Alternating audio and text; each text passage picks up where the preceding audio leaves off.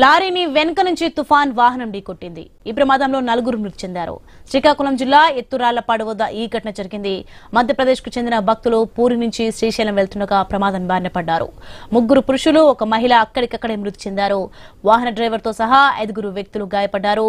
Breaking చూస్తున్నాం మనం. Police సిబ్బంది ఘటనా స్థలానికి చేరుకుని గాయపడిన వారిని నర్సనపేట ఏరియా ఆసుపత్రికి తరలించారు. మృతదేహాలను పోస్ట్ మార్టం కోసం కోటబొమ్మాలి సిహెచ్సికి తరలించారు. ఘటనా స్థలాన్ని జిల్లా ఎస్పీ మహేశ్వర్ రెడ్డి పరిశీలించారు.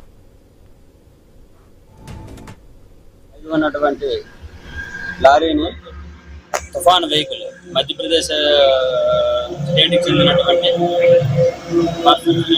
పూరి జగన్నాథ స్వామి దర్శనం నుంచి శ్రీశైలం వెళ్తుండగా ఆగిపోయినటువంటి వెహికల్ ని ఓవర్ స్పీడ్ తో వచ్చి పుట్టడం వల్ల అక్కడక్కడే 4 చనిపోయినారు. అదేవిధంగా 6 మెంబర్స్ ఇంజరీ అయ్యింది.